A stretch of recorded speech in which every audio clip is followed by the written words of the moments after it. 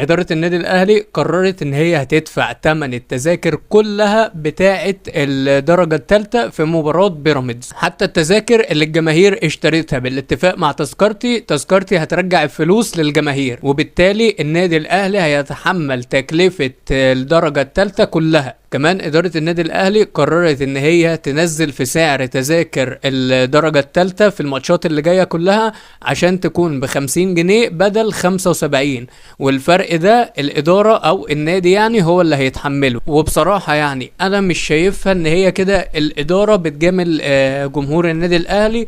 أنا شايفها إن الإدارة بتحاول تدي لجمهور النادي الأهلي حقه أو جزء بسيط بسيط جدا من حقه. هي مش مجاملة للجماهير، لا ده جزء بسيط جدا جدا جدا من حق الجماهير اللي دايما بتكون موجودة ورا النادي الأهلي. ده حقك وانت بتاخد جزء بسيط منه. انت الوحيد